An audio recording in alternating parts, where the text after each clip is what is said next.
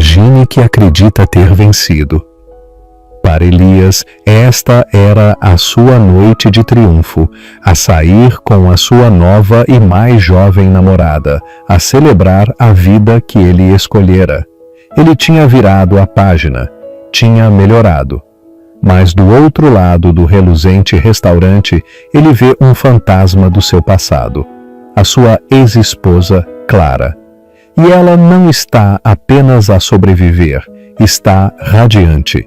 Ele observa-a paralisado numa névoa de ciúme e incredulidade, enquanto um dos homens mais ricos de Portugal se ajoelha e lhe pede para ser sua esposa. Isto não é apenas uma história sobre um encontro casual, é sobre o jogo de poder definitivo.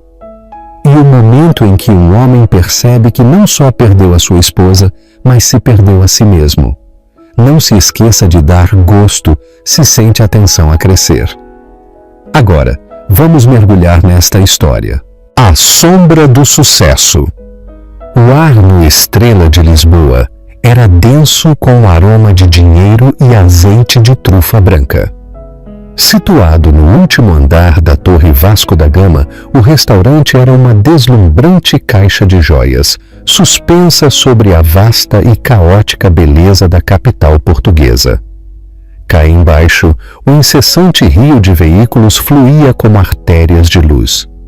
Mas aqui em cima só se ouvia o sereno tilintar dos talheres de prata e os murmúrios discretos e importantes da elite da cidade. Elias Matos sentiu uma familiar onda de satisfação a instalar-se no seu peito. Ele ajeitou os punhos do seu fato canale, feito à medida, a seda a roçar no seu novo Patek Philippe. Este era o seu mundo. Ele o construíra, tijolo a tijolo, sobre os alicerces de astutos acordos imobiliários e uma compreensão impiedosa da ambição humana. Do outro lado da mesa, Marina Santos ria, um som como sinos de vento que sempre parecia perfeitamente sincronizado para atrair a atenção dos comensais próximos.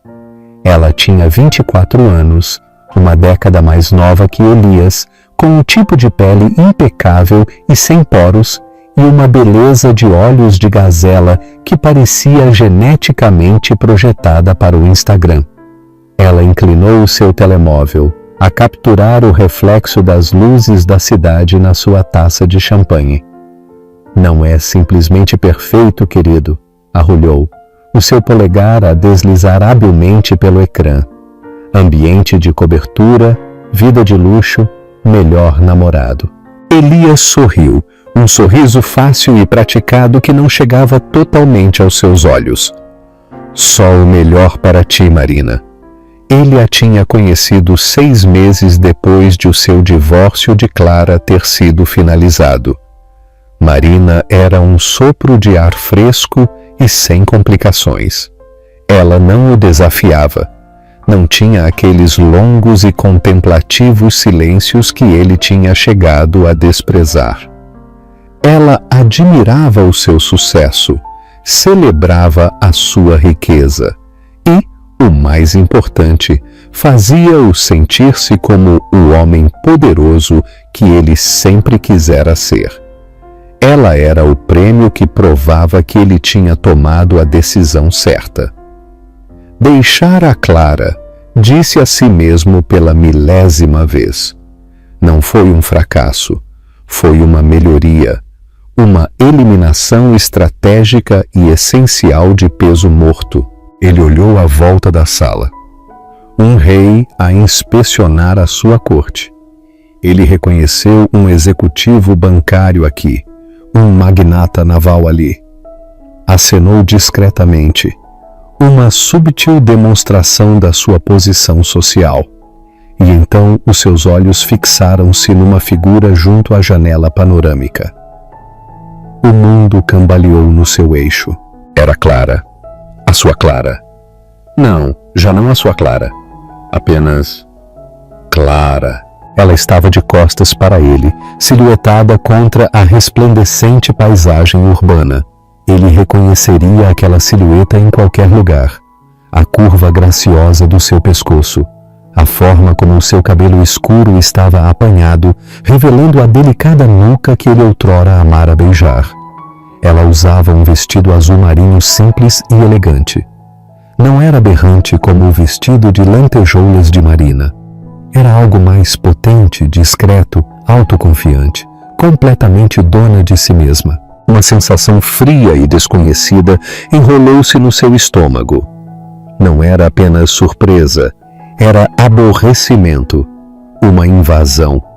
Este era o seu lugar, a sua volta de vitória. O que estava ela a fazer ali? Ela nunca gostou de lugares como este.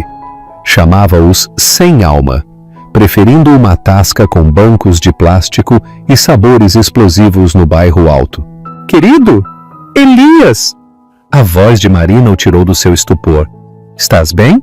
Pareces ter visto um fantasma?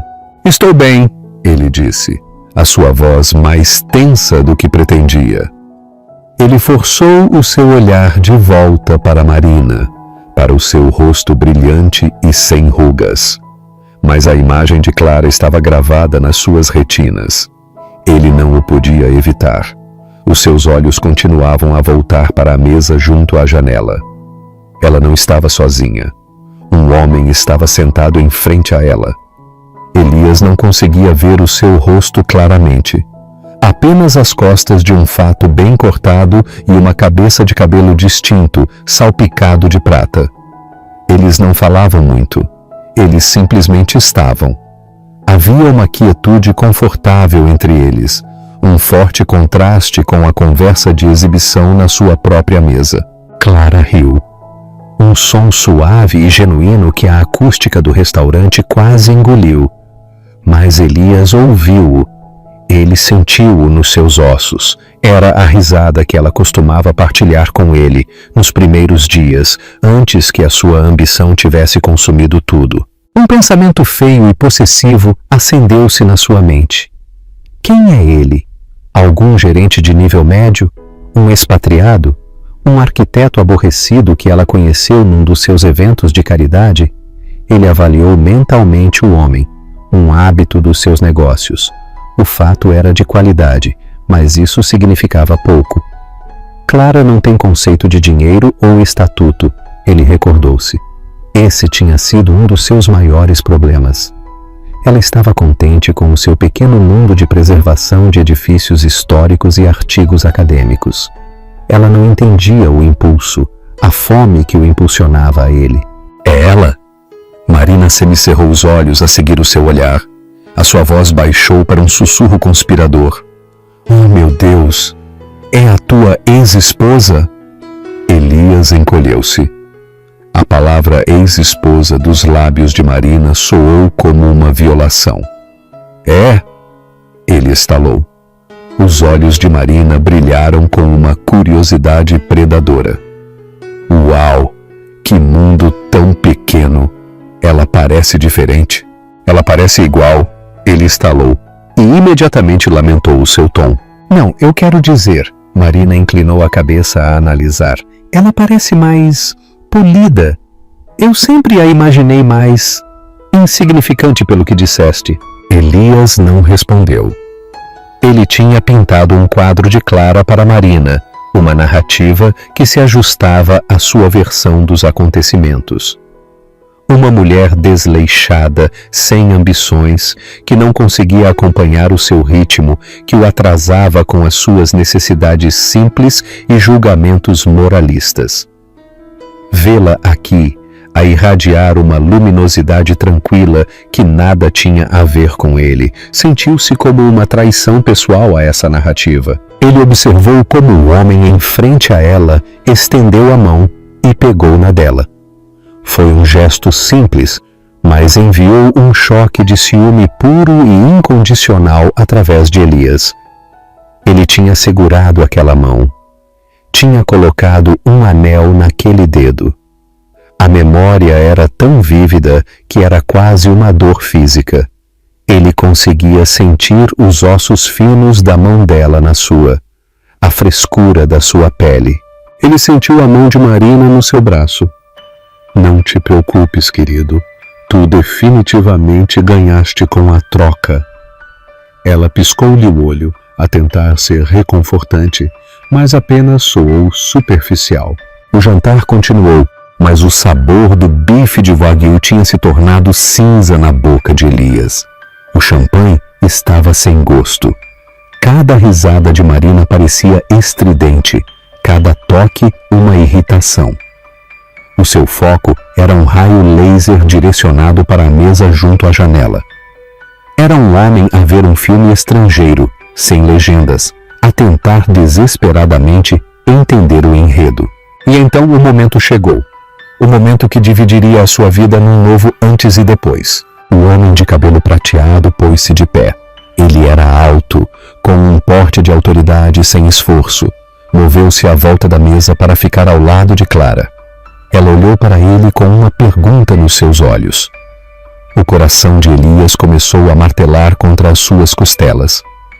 Não pode ser.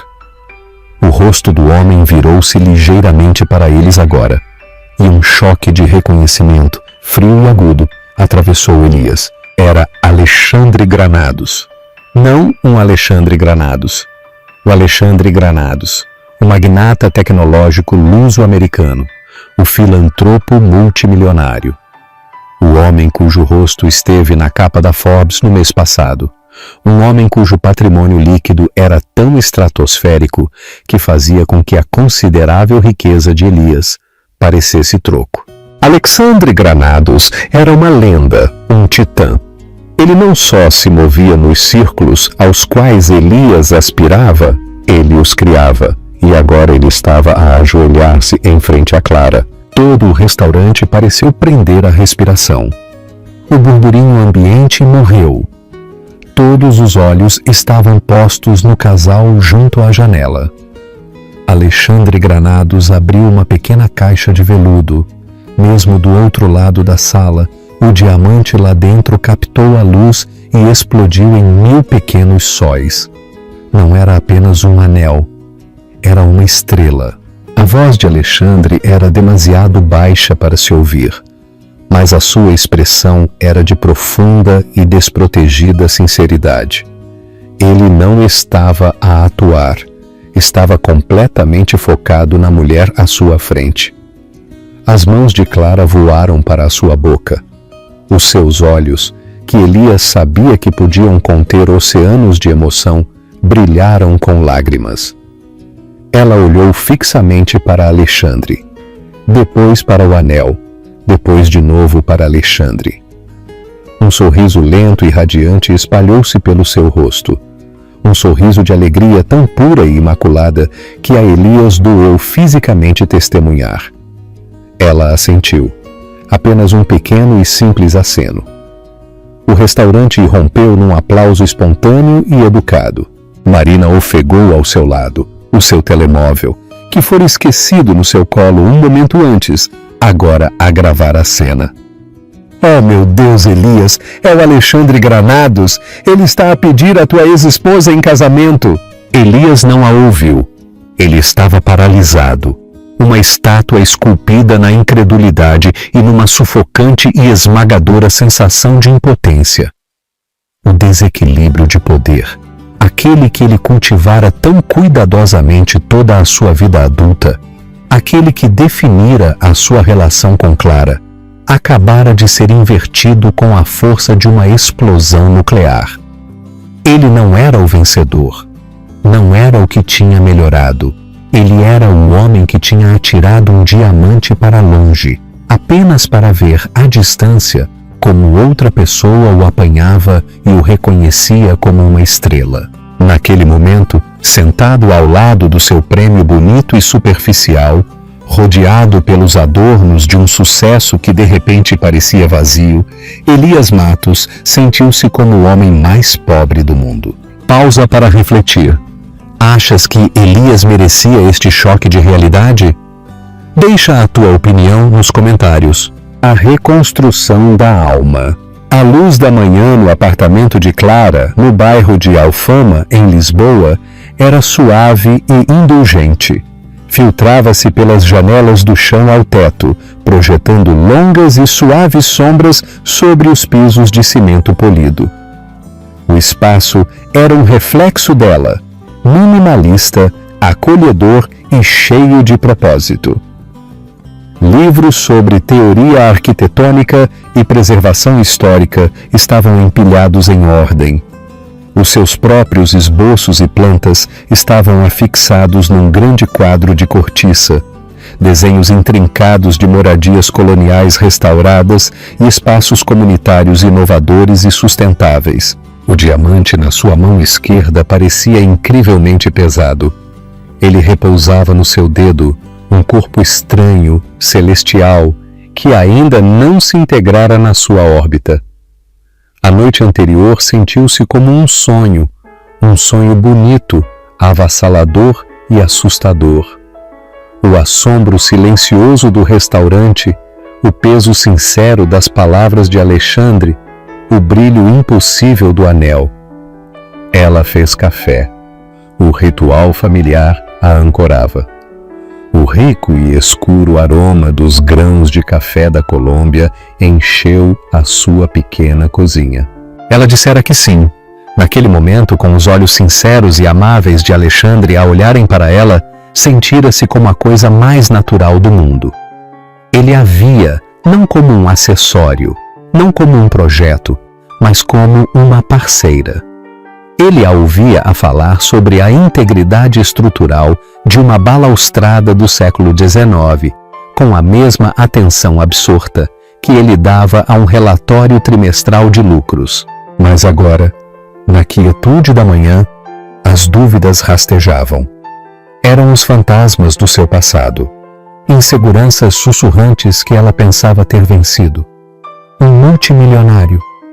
O que poderia um multimilionário ver em ti? A arquiteta tranquila que prefere arquivos poeirentos a jantares de gala? Os sussurros tinham uma voz. Soavam como Elias. Ela afundou-se numa suave poltrona de linho, a aninhar a chávena morna nas suas mãos. Não pôde evitar a imagem. O rosto dele, do outro lado do restaurante na noite anterior. Ela só o tinha vislumbrado quando ela e Alexandre se afastaram, envoltos numa nuvem de felicitações de estranhos. Mas ela o vira, o espanto no seu rosto, a forma como o seu sorriso estava congelado, uma máscara frágil. Ao seu lado, uma rapariga jovem e bonita olhava fixamente, com o seu telemóvel levantado como uma pequena arma. Vê-lo não lhe causou a dor dilacerante que outrora teria causado. Em vez disso, foi como olhar para um estranho que por acaso usava um rosto familiar. O homem que ela amara, ou acreditava ter amado, tinha-se ido. Ele tinha sido apagado, camada por camada dolorosa, por anos de desprezos subtis e traições silenciosas. Flashback. Há 2 anos. O ar na sua casa minimalista de paredes de vidro no bairro do Chiado, em Lisboa, estava viciado com palavras por dizer. Elias estava atrasado. De novo. Clara tinha cozinhado o seu prato favorito, paella de marisco, cujo aroma perfumado agora se desvanecera e arrefecera. Ela estava sentada na grande mesa de jantar de carvalho que eles tinham comprado na sua lua de mel na Dinamarca a traçar o veio da madeira com o seu dedo. Ela acabara de receber a notícia de que a sua proposta para liderar a restauração do antigo Teatro Nacional de Maria II tinha sido aceite. Era o culminar de anos de trabalho, a sua tese de doutoramento a ganhar vida. Ela estava ansiosa por lhe contar quando ele finalmente entrou, mesmo antes da meia-noite. O cheiro de perfume caro que não era o dela agarrou-se a ele como uma segunda pele. Ele não reparou na comida, não reparou no olhar esperançoso e expectante no rosto dela. Dia longo, ele grunhiu, a afrouxar a sua gravata e a dirigir-se diretamente para o bar. Eu tenho boas notícias, ela começou, com uma voz pequena. Ótimo! ele disse, a servir-se de um grande uísque. Ele olhou para ela, mas os seus olhos estavam vazios. Olha, Clara, estou exausto. Pode esperar? É sobre o projeto do Teatro Nacional. Eu o consegui. Eu sou a arquiteta principal. Ele parou, com o copo a meio do caminho para os seus lábios. Piscou, como se estivesse a tentar processar informações que não envolviam preços de ações ou licenças de construção. Ah, claro, a coisa do prédio antigo. Isso é giro, bem por ti. Giro, bem por ti. As palavras foram como pedras atiradas para um poço profundo. A sua conquista monumental, o projeto que fazia a sua alma cantar, foi reduzido a um elogio passageiro, uma palmadinha na cabeça. É uma grande conquista, Elias, a sua voz a tremer ligeiramente. É um sítio de patrimônio nacional. Eu sei, ele disse com impaciência. Mas isso não vai pagar esta casa, pois não? É um projeto pessoal, um hobby. Foi então que ela o soube. Não foi um único momento dramático de encontrar um colarinho de camisa manchado de batom. Foi isto. Este ácido lento e corrosivo do desprezo. A forma como ele sistematicamente desvalorizava tudo o que ela era.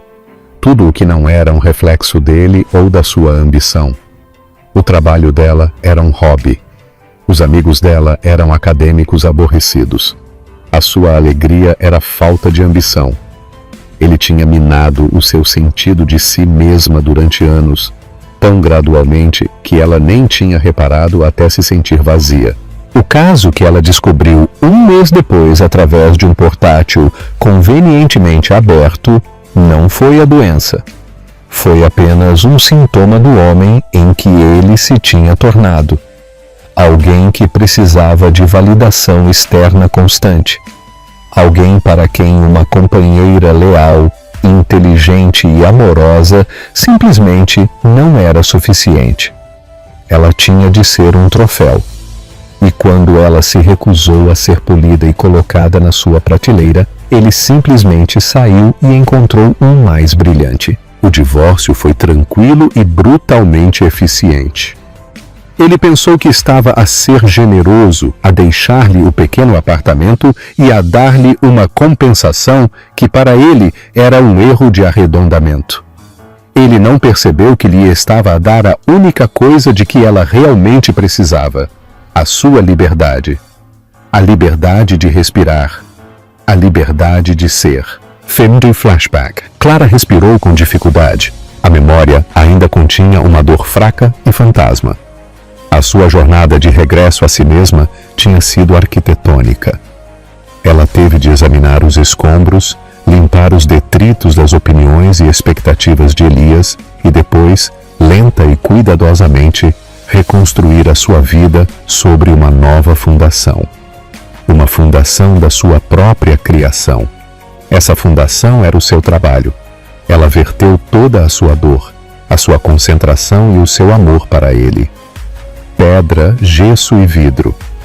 Ela ganhou prêmios, deu palestras, encontrou a sua voz novamente, não apenas como arquiteta, mas como mulher.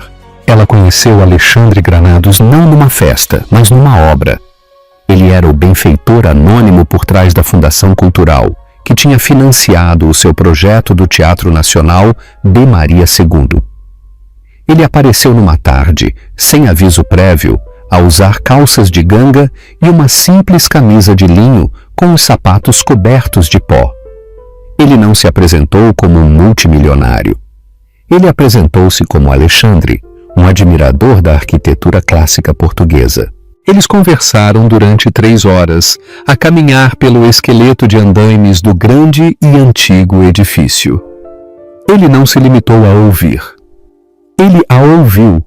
Ele fez perguntas inteligentes sobre paredes de suporte de carga e a composição química da pintura original.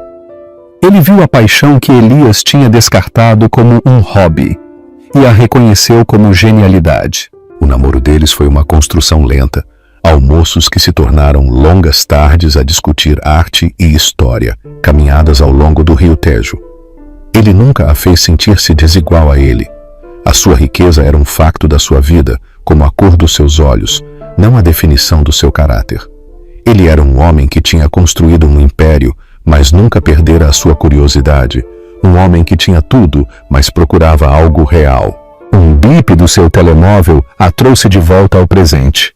Era uma mensagem de Alexandre. Bom dia, minha brilhante noiva. Espero que tenhas dormido bem. Eu ainda estou a flutuar. Estás bem? Eu sei que a noite passada foi muita coisa. A sua preocupação era tão genuína, tão atenta a ela, que lhe doeu o coração de uma forma boa. Era o polo oposto do egocêntrico esquecimento de Elias. Ela respondeu, com os seus dedos agora firmes. Estou mais do que bem. Só estou a tentar descobrir como usar um portátil com esta linda estrela no meu dedo. Bom dia para ti também. Enquanto ela enviava a mensagem, olhou novamente para o anel. Não era uma jaula. Não era uma marca de propriedade. Era uma promessa.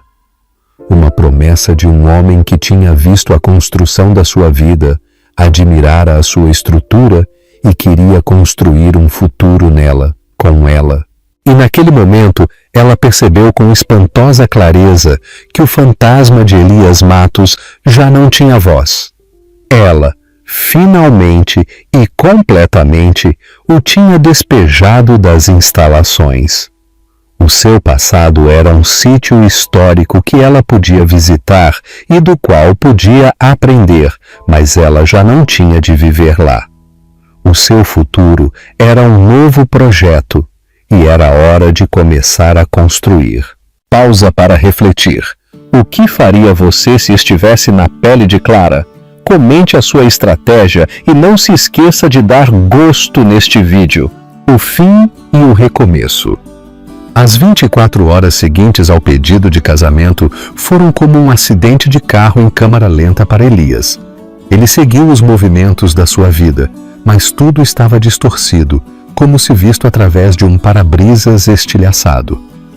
Acordou no seu vasto loft, os lençóis a cheirar ao perfume adocicado de Marina. Ela ainda estava a dormir, um braço sobre o rosto para bloquear o sol da manhã, o seu telemóvel na mesa de cabeceira, o ecrã estilhaçado de onde ela o tinha atirado na sua excitação na noite anterior. Ele recordou o seu tagarelar agudo e incessante no caminho para casa. Consegues acreditar? A Clara, com o Alexandre Granados, como é que isso aconteceu? Ela deve ser a maior oportunista do mundo. Tiveste uma sorte incrível, querido. Imagina ter que competir com isso. Ele apenas resmungou em resposta. A sua mente uma voragem de raiva, humilhação e uma emoção aterrorizante e invulgar. Arrependimento. Agora, de pé no seu escritório de última geração, com vista para a cidade, ele não conseguia concentrar-se nos relatórios de aquisição que brilhavam na sua configuração de 3 monitores. Tudo o que conseguia ver era a expressão no rosto de Clara. Alegria pura e imaculada. Uma alegria que ele não conseguira arrancar dela em anos. Ele tinha dito a si mesmo que era porque ela era incapaz de a sentir, que era desapaixonada. A lembrança do sorriso dela na noite anterior era uma refutação brutal dessa mentira. O seu intercomunicador zumbiu. Senhor Matos, a sua reunião das 10 horas com a direção da Capital Sol já está aqui. Faça-os recuar. 15 minutos. Ele latiu a interromper a sua assistente antes que ela pudesse responder. Ele virou a sua cadeira para olhar pela janela, os seus nós dos dedos brancos enquanto agarrava os braços. Ele sempre fora o vencedor. Na escola, nos desportos, nos negócios. Terminar com a Clara fora enquadrado na sua mente como outra vitória. Ele estava a livrar-se de um fardo. Estava a avançar para coisas maiores e melhores. Marina, com a sua juventude e a sua habilidade com as redes sociais, era parte desse pacote. Ela era a prova visível do seu sucesso. Mas Alexandre Granados operava num planeta diferente. Elias passara a sua vida a escalar uma montanha apenas para olhar para cima e ver a Clara de pé na lua. O desequilíbrio de poder era o que mais o roía. No seu casamento, ele tinha todas as cartas, o dinheiro, os contactos sociais, a voz mais alta. Ele tinha controlado o estilo de vida dela, o círculo de amigos dela, o futuro dela. Ele a tinha feito sentir-se pequena, e a sua pequenez o tinha feito sentir-se grande. Era uma simbiose doentia e tácita, da qual ele mal começara a entender a mecânica agora que ela se tinha ido. Agora ela estava noiva de um homem que podia comprar e vender toda a companhia de Elias por capricho. Um homem cujo nome abria portas para as quais Elias nem sequer conseguia encontrar a chave. Clara, a sua tranquila e modesta ex-esposa, agora tinha um poder que ele nunca poderia igualar. Era exasperante. Era emasculante. Ele abriu seu navegador e escreveu Alexandre Granados na barra de pesquisa. Ele rolou pelos artigos geográficos da Forbes e da Bloomberg.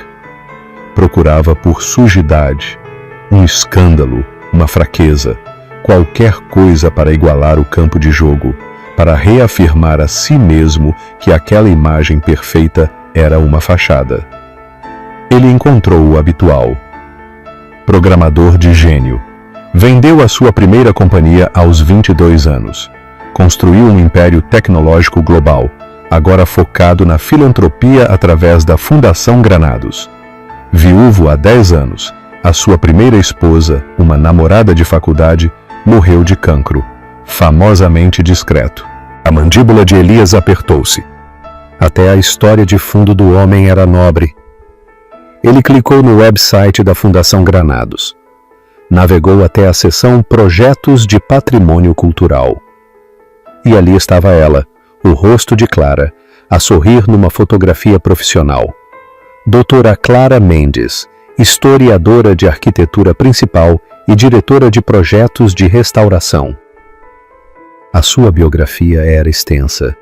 Listava os seus diplomas, as suas publicações em prestigiadas revistas acadêmicas, os prêmios que ela tinha ganho pelo seu trabalho, prêmios dos quais ele nem sequer sabia. Ele leu sobre o seu trabalho pioneiro em preservação sustentável, um termo que ele nunca a tinha ouvido usar. Viu fotografias dela no local de construção do teatro, confiante e autoritária com um capacete a apontar para plantas. Esta não era a mulher de quem ele se tinha divorciado. A mulher de que ele se lembrava era tranquila, estudiosa e, na sua mente, ligeiramente perdida. Esta mulher era uma força, uma especialista, uma líder. O pensamento assustador ocorreu-lhe.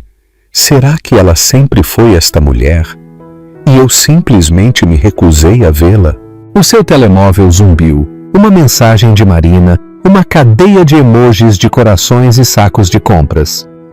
Estou a pensar que precisamos de uma sessão de terapia de compras para celebrar a tua sorte por teres escapado. Ele olhou para a mensagem e, pela primeira vez, sentiu uma onda de profunda irritação. A vacuidade, a pura superficialidade, era de repente sufocante. Ele pensou nas conversas profundas e significativas que costumava ter com a Clara sobre arte, política e história. Conversas que ele finalmente silenciou porque não contribuíam para os seus resultados financeiros. Ele passou o resto do dia num estado de fuga. Ele foi brusco e desdenhoso na sua reunião, fazendo com que os membros da sua direção se encolhessem. Ele ralhou com a sua assistente por lhe trazer o tipo de água mineral errado. Era um homem possuído, impulsionado por um ciúme fantasma que estava a metastizar rapidamente numa obsessão. Naquela noite, Marina pavoneava-se em frente ao espelho, a preparar-se para uma inauguração de galeria. Devo usar o Valentino ou o Chanel? Ela perguntou, a segurar 2 vestidos que eram virtualmente indistinguíveis para Elias. Eu não vou, ele disse com voz monótona. Ele estava sentado na beira da cama, ainda com o seu fato de trabalho, a percorrer incessantemente artigos sobre Alexandre Granados. Marina virou-se. O seu rosto perfeitamente maquilhado desfez-se. O que queres dizer com não vais? Prometemos ao curador que estaríamos lá. É importante para a minha marca. Tenho trabalho a fazer, ele mentiu. Trabalho? Elias, tu estiveste colado ao teu telemóvel o dia todo, a olhar para fotografias da tua ex-esposa e do noivo dela. É patético. A palavra atingiu-o como uma bofetada. Patético. Ele levantou-se, o seu corpo rígido de fúria. O que acabaste de me chamar, Marina? Pela primeira vez, ela não recuou. O seu medo fora ofuscado pela sua própria indignação. Eu disse que é patético. Tu estás a agir como se tivesses perdido algo. Tu me disseste que ela era aborrecida. Disseste que ela te atrasava. Então, por que é que estás a agir como um adolescente apaixonado agora que ela virou a página? É só porque ele é mais rico do que tu? As suas palavras, embora pretendessem ser insultuosas, foram um bisturi que cortou diretamente para a verdade. E a verdade doeu. Não se tratava apenas de dinheiro. Tratava-se de valor. Alexandre Granados não só dera um anel a Clara. Ele a validara de uma forma que Elias nunca conseguiu, ou nunca se deu ao trabalho de o fazer. Ele tinha mostrado ao mundo e a Elias o valor das mesmas coisas que Elias tinha desprezado. Tu não sabes nada, ele rosnou, um animal encurralado. Eu sei que sou a tua namorada. Ela respondeu, a sua voz a subir. Eu sou a que se supõe que deve estar ao teu lado. Mas tu estás tão obcecado com ela que já nem sequer me vês. O que sou eu, Elias? Apenas uma substituta? Um acessório para te fazeres sentir melhor contigo mesmo? Ele não teve resposta, porque naquele momento ele percebeu que ela tinha razão. Marina era uma ligadura que ele tinha posto sobre uma ferida profunda e séptica. E agora a ligadura tinha sido arrancada e ele fora forçado a olhar para a infecção que apodrecia por baixo. Sai, disse a sua voz perigosamente baixa. O quê? Eu disse para saíres. Vai para a tua festa. Eu não me importo. Eu só preciso de espaço. Marina olhou para ele com os olhos cheios de lágrimas de raiva e mágoa. Ela agarrou na sua mala com as mãos a tremer. Bem, mas quando tu finalmente superares a tua pequena viagem de ego, não esperes que eu esteja à tua espera. Ela bateu a porta ao sair. O som ecoou no vasto e vazio loft. Elias estava sozinho. Completamente sozinho com o seu sucesso, a sua riqueza e o buraco aberto e cavernoso na sua vida que ele apenas agora começava a compreender. Um buraco que se formara exatamente quando a Clara se tinha ido. Ele afundou-se novamente na cama, o vencedor de um jogo do qual ele agora se apercebia que nunca tinha entendido as regras, e ele tinha perdido, de forma épica. Pausa para refletir. Achas que Elias está prestes a chegar ao fundo do poço? Comente a sua opinião e não se esqueça de dar gosto e subscrever. A lição da humildade. Passaram-se 2 semanas. Para Elias, foram semanas de obsessão tranquila e latente. O seu trabalho sofreu. O seu relacionamento com Marina era uma guerra fria de mensagens de texto secas e silêncios ressentidos. Ele tinha contratado um detetive privado. Era um movimento mesquinho e desesperado, e ele o sabia. Disse a si mesmo que era por precaução, uma forma de proteger Clara de um possível predador. Mas no fundo, ele sabia que estava apenas a procurar sujidade. Qualquer pedaço de informação que pudesse manchar a imagem perfeita de Alexandre Granados e, por extensão, justificar as suas próprias ações passadas. O relatório do investigador foi desapontadoramente limpo. Alexandre Granados era exatamente quem ele parecia ser. Um brilhante, implacável, mas justo homem de negócios e um filantropo genuinamente dedicado. O único detalhe remotamente interessante foi um arquivo fortemente editado sobre uma aquisição hostil de há 15 anos. Envolveu uma startup tecnológica mais pequena que fora absorvida pelo Império Granados. O fundador fora arruinado financeiramente. Foi agressivo, mas não ilegal. Não era a prova irrefutável que Elias esperava. Ele precisava de a ver.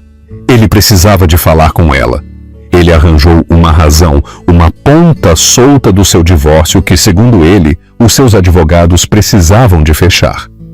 Era um pretexto frágil, mas foi o suficiente. Ela concordou em encontrá-lo, não numa cafetaria, mas no seu próprio terreno. O endereço que ela lhe deu foi o do Castelo de Évora, um lugar que ele não visitava desde criança. Ele a encontrou à sombra do Pátio das Bandeiras, de pé em frente aos antigos azulejos que adornavam os seus muros. O ar estava quente e úmido, denso com o peso de 1000 anos de história. Ela vestia-se de forma simples, com calças de linho e uma camisa de algodão leve, o seu cabelo apanhado. Ela tinha um caderno e estava absorta numa conversa com um historiador, a apontar para a gravura gasta num capitel. Ela levantou o olhar quando ele se aproximou. A confiança fácil que ela irradiava nas fotografias era ainda mais palpável ao vivo. Não havia nenhum brilho de mágoa antiga nos seus olhos, nenhum medo residual. Apenas uma avaliação tranquila e neutra. Elias! Disse a sua voz uniforme. Ela dispensou o historiador educadamente a virar toda a sua atenção para ele. Obrigada por teres vindo até aqui. Clara! Ele disse a sua própria voz a soar oca no vasto espaço aberto. Estás bem? Foi uma coisa estúpida e inadequada para se dizer. Estou bem, ela respondeu, uma afirmação de fato, não uma cortesia. Disseste que havia uma questão legal? Ele lançou a sua mentira preparada, algo sobre um ativo partilhado que eles tinham ignorado. Ela ouviu pacientemente a sua expressão ilegível. Quando ele terminou, ela simplesmente assentiu. Está bem, envia os papéis para a minha advogada. Os contactos dela são os mesmos. Ele fez menção de se virar a voltar ao seu trabalho. Espera. Ele disse, um tom de desespero a surgir na sua voz. Essa não é a única razão pela qual eu vim. Ela parou, com o seu olhar fixo. Ela suspeitava. Ele hesitou por um momento. As paredes cuidadosamente construídas da sua raiva e arrogância a desmoronarem-se sob o olhar tranquilo dela. Este homem começou a... Alexandre Granados, tu sequer sabes quem ele é? Do que ele é capaz? Um leve, quase imperceptível sorriso tocou os lábios de Clara. Não era um sorriso feliz, era de cansado reconhecimento. Eu sei exatamente quem ele é, Elias. Ele é o homem que financiou a restauração do Teatro Nacional de Maria II em Lisboa. Ele é o homem que lê os meus artigos de investigação e os entende. Ele é um homem amável e decente que me ama por quem eu sou, não por quem ele quer que eu seja. Cada palavra foi um corte preciso e cirúrgico. Ela estava a revelar toda a história do fracasso dele sem levantar a voz. Amável e decente? Elias troçou a recuperar um pingo da sua antiga fanfarronice. Ele pegou no seu telemóvel, a segurá-lo como um escudo. Eu investiguei. Há 15 anos, ele destruiu um homem chamado Diogo Costa, uma startup chamada Inovação Dinâmica. Ele o levou à falência. Isso é o trabalho de um homem amável e decente? Ele esperava por surpresa, raiva, dúvida. Não obteve nada disso. A expressão de Clara suavizou-se com o que parecia, de forma impossível, pena. Eu sei tudo sobre o Diogo Costa, Elias. O Alexandre contou-me na nossa terceira saída. É o maior arrependimento da sua carreira de negócios. Ele era jovem, era agressivo e cometeu um erro. Ele passou os 5 anos seguintes a dar consultoria pessoalmente ao Diogo, a ajudá-lo a construir uma nova empresa ainda mais bem-sucedida. Eles são amigos. O Diogo e a sua esposa vão vir ao nosso casamento. O chão debaixo dos pés de Elias pareceu dissolver-se. A sua arma não só falhou, como se tornara pó na sua mão. Ele ficou ali, exposto, os seus motivos mesquinhos a descoberto. Por que estás a fazer isto, Clara? Perguntou ela, a sua voz tranquila, mas firme. Por que estás a tentar sabotar a minha felicidade? Não estou a tentar proteger-te. Ele insistiu, a mentira com um sabor azedo na sua boca. Não estás, ela disse, dando um passo mais perto. O desequilíbrio de poder nunca tinha sido tão marcado, mas desta vez estava completamente a favor dela. Ela era a que tinha a vantagem, de pé entre as relíquias de pedra de uma história que ela entendia, enquanto ele estava perdido entre as ruínas de um presente que ele tinha estilhaçado. Tu não me estás a proteger, tu estás a tentar recuperar uma narrativa, aquela em que tu eras o vencedor e eu era a mulher triste que tu deixaste para trás. Tu não suportas o facto de que eu não só sobrevivi sem ti, como prosperei. Tu não suportas que outro homem, um homem que tu secretamente admiras, tenha visto valor em todas as partes de mim que tu descartaste como lixo. Ele olhou para ela sem palavras. Ela o via tão claramente que era assustador. Ela tinha diagnosticado a sua doença com uma precisão milimétrica. O desequilíbrio de poder no nosso casamento. Eu deixei-o ter, Elias, continuou ela, a sua voz a ganhar força. Eu pensei que se me fizesse mais pequena, tu te sentirias maior. Se eu atenuasse a minha própria luz, a tua brilharia mais. Esse foi o meu erro. Mas eu aprendi com ele. Eu nunca, jamais, me farei pequena por causa de ninguém novamente.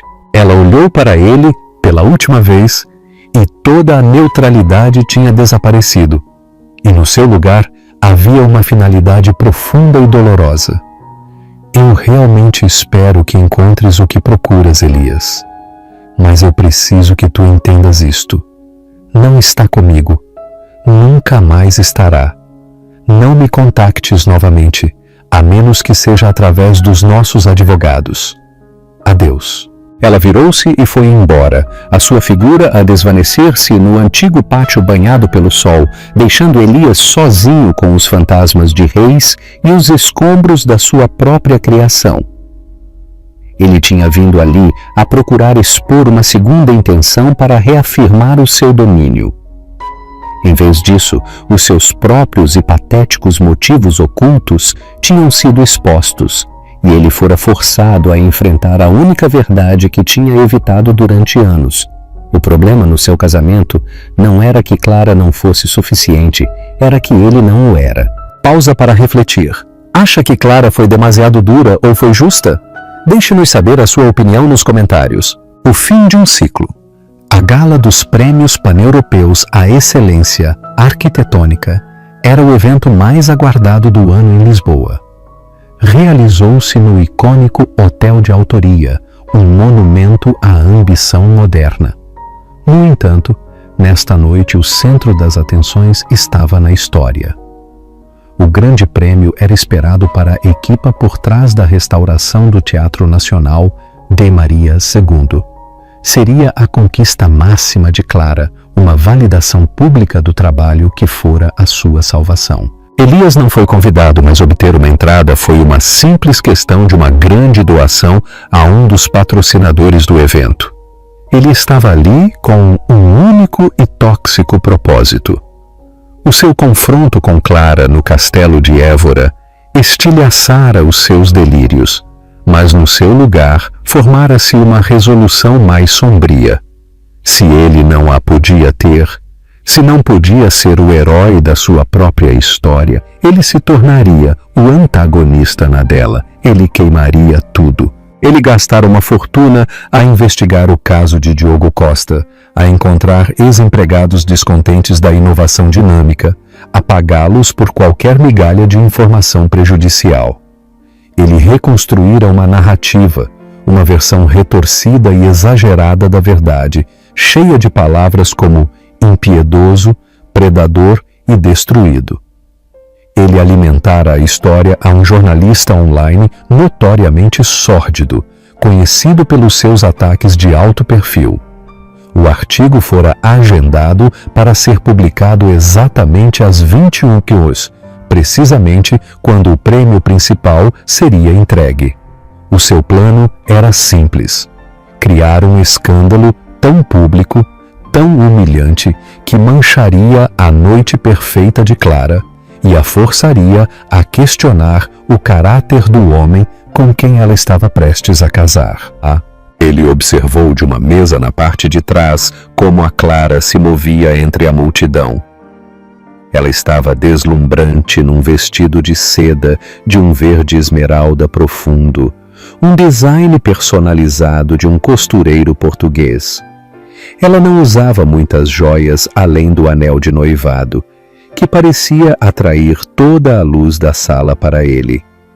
Alexandre estava ao seu lado, não a fazendo sombra, mas de pé como um parceiro igual. Eles cumprimentaram arquitetos, filantropos e ministros do governo. Eles eram um power couple no verdadeiro sentido da palavra. O poder deles não derivava apenas da riqueza, mas do respeito mútuo e de um propósito partilhado. Elias sentiu uma pontada de algo tão amargo que quase o fez vomitar. Marina finalmente o tinha deixado na semana anterior. As suas últimas palavras tinham sido assustadoramente semelhantes às de Clara. Estás apaixonado por um fantasma, Elias. Eu não consigo competir com isso. Agora ele estava verdadeiramente sozinho. A cerimônia de prêmios começou. Projeto após projeto foi celebrado. Finalmente chegou o evento principal. O apresentador, um famoso arquiteto catalão, falou elogiosamente do Teatro Nacional, um projeto que não só restaura um edifício, mas ressuscita uma alma, liderado pela visionária doutora Clara Mendes. Uma fotografia de Clara a sorrir com o seu capacete encheu os grandes ecrãs no palco. A sala aplaudiu calorosamente. E estamos honrados por ter o principal benfeitor do projeto aqui esta noite, continuou o apresentador. Um homem cujo compromisso com a preservação da cultura é tão formidável como a sua perspicácia nos negócios, o senhor Alexandre Granados. Enquanto Clara e Alexandre caminhavam para o palco, o telemóvel de Elias vibrou. Às 9 da noite. Estava feito. O link para o artigo estava ativo. Ele observou com uma emoção doentia como por toda a sala os telemóveis começaram a acender. Um murmúrio percorreu a audiência. Os sussurros começaram a espalhar-se como um vírus. No palco, Clara aceitou o prêmio pesado e escultural. Ela aproximou-se do microfone, o seu rosto luminoso de alegria. Obrigada. Isto é uma honra incrível. Este projeto foi um trabalho de amor para muitas pessoas. Ela fez uma pausa. Ela podia sentir a mudança na sala, a sutil mudança de energia. Ela olhou para Alexandre, que lhe deu um pequeno e tranquilizador aceno. O telemóvel dele também tinha vibrado no seu bolso. Ele já sabia. Clara olhou para o mar de rostos, as centenas de pequenos ecrãs a brilharem na escuridão. Ela podia sentir o julgamento deles, a sua curiosidade. A velha Clara teria vacilado. A velha Clara ter-se-ia desmoronado. Mas ela não era a velha Clara. Ela respirou fundo. Os seus olhos encontraram os de Elias na parte de trás da sala. Os seus olhares cruzaram-se por uma fração de segundo. ela viu a sua expressão patética e triunfante no seu rosto. E naquele momento, ela entendeu tudo. Ela largou o seu discurso preparado. Antes de agradecer a minha equipa, disse a sua voz clara e forte, a cortar os sussurros, eu quero abordar algo. Parece que uma história sobre o meu noivo Alexandre acabou de ser publicada. Um suspiro coletivo percorreu a sala. Alexandre pousou uma mão de apoio nas costas dela. Ele não lhe pedira para fazer aquilo. Não tinha sido preciso. Eles eram uma equipa. A história que estão a ler agora nos vossos telemóveis, continuou Clara, o seu olhar a varrer a audiência chocada, trata de um momento difícil do seu passado. Um acordo de negócios de há 15 anos. É uma história que ele próprio me contou, com grande arrependimento, no início da nossa relação. É uma história sobre um erro. Mas o que essa história não menciona é a parte mais importante. Não menciona os anos que ele passou a reparar o erro. Não menciona a amizade que foi forjada das cinzas desse conflito. Não menciona a lição de graça e humildade que ele aprendeu. Uma lição que moldou o filantropo que ele é hoje. Ela virou-se para Alexandre, os seus olhos cheios de amor e confiança inabalável. Eu estou a casar-me com um homem que não é perfeito. Eu estou a casar-me com um homem que cometeu erros, e eu estou incrivelmente grata por isso, porque eu também não sou perfeita. E eu também cometi erros. As nossas vidas não são um comunicado de imprensa. São desarrumadas e complicadas, e a verdadeira força não é sobre ter um passado imaculado.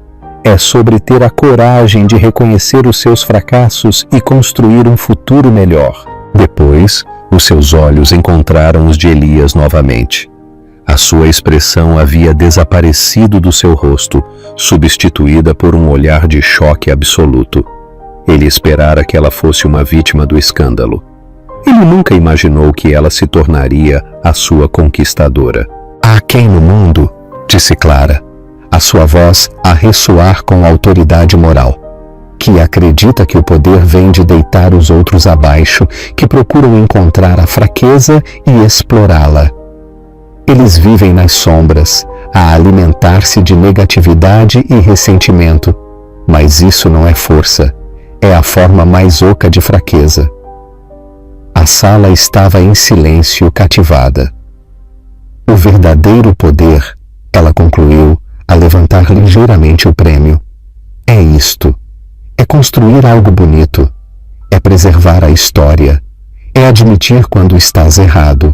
É apoiar as pessoas que tu amas, não apesar dos seus defeitos, mas por causa da graça com que eles os carregam. Obrigada. Ela afastou-se do microfone. Por um momento, houve um silêncio atônito. Depois, uma única pessoa começou a aplaudir. Depois outra. E outra.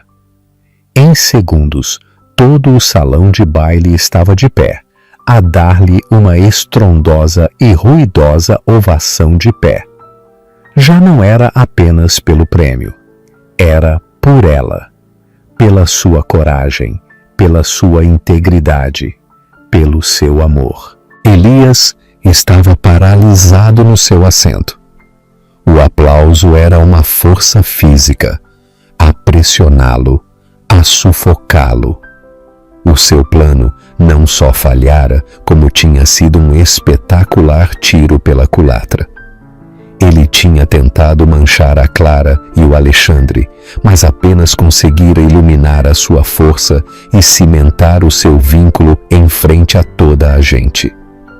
Ele foi o que ficou exposto, um homem mesquinho e amargurado, sentado sozinho na escuridão, enquanto a mulher que ele tinha desprezado recebia a adoração de centenas. Ele tentou ser o antagonista, mas acabou por ser algo muito pior, irrelevante. O desfecho da gala de prêmios foi rápido e decisivo. O artigo do jornalista sórdido, tão minuciosa e publicamente desmantelado por Clara, tornou-se um estudo de caso de uma tentativa falhada de assassinato de reputação. A reputação de Alexandre, longe de ser manchada, foi reforçada. Ele já não era apenas um brilhante multimilionário, era um homem de caráter, capaz de admitir os seus erros. Mas a verdadeira estrela foi Clara. Ela foi elogiada não só como uma grande arquiteta, mas como uma mulher de imensa graça e força. Ao tentar controlar a sua narrativa, Elias tinha perdido o controle da sua. Permanentemente. Ele fugiu de Lisboa na manhã seguinte, mas não conseguiu fugir de si mesmo. A ovação de pé ressoava nos seus ouvidos.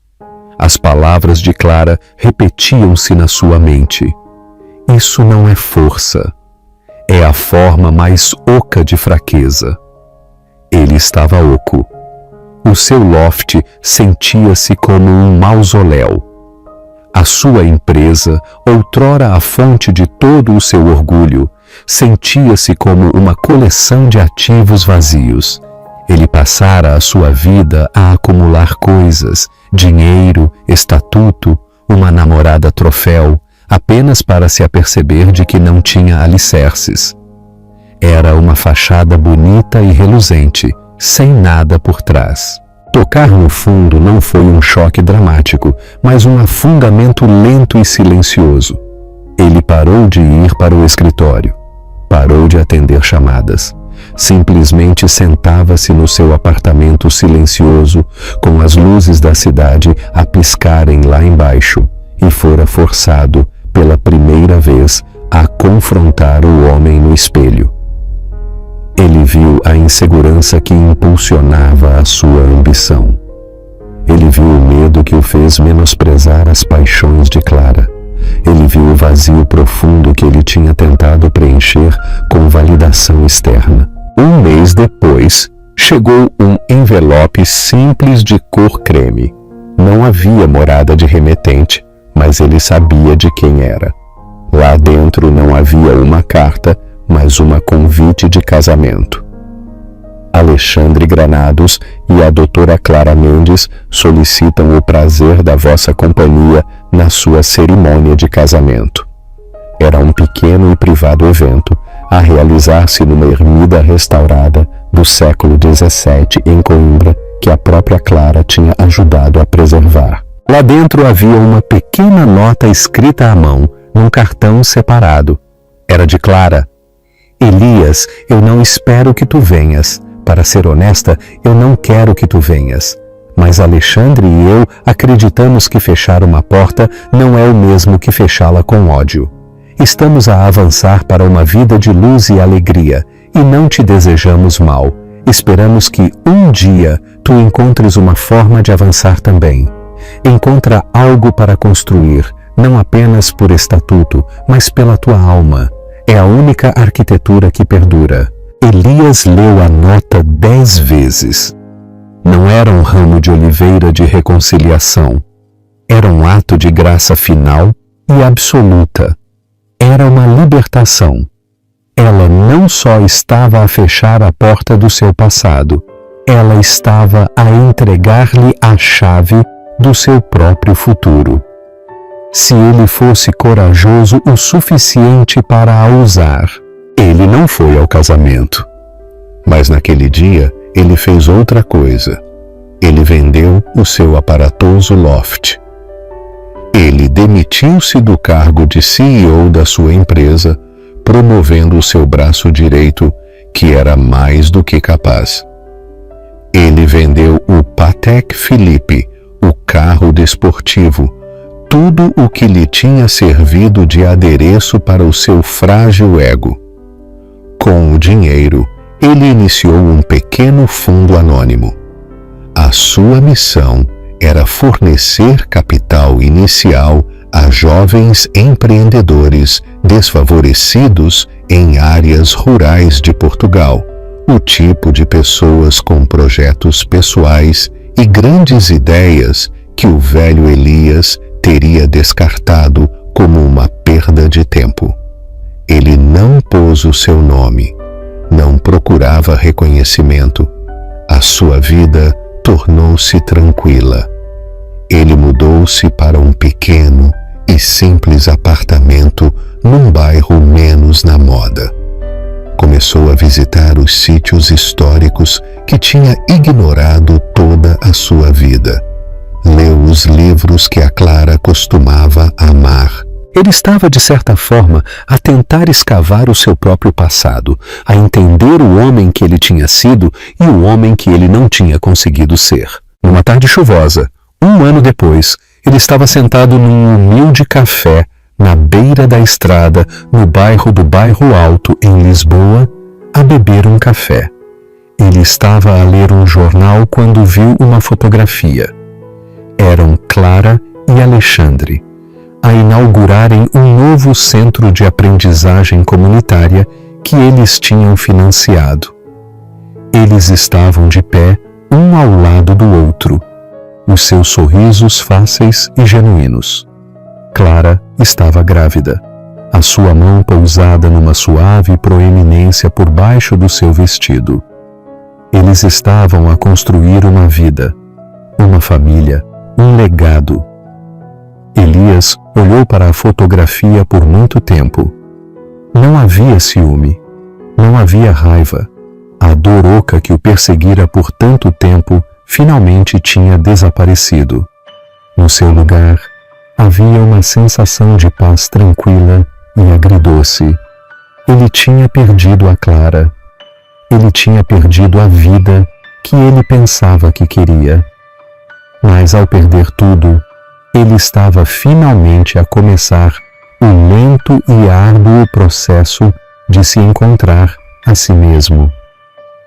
A sua redenção não seria um grande gesto público, seria um silencioso e interno.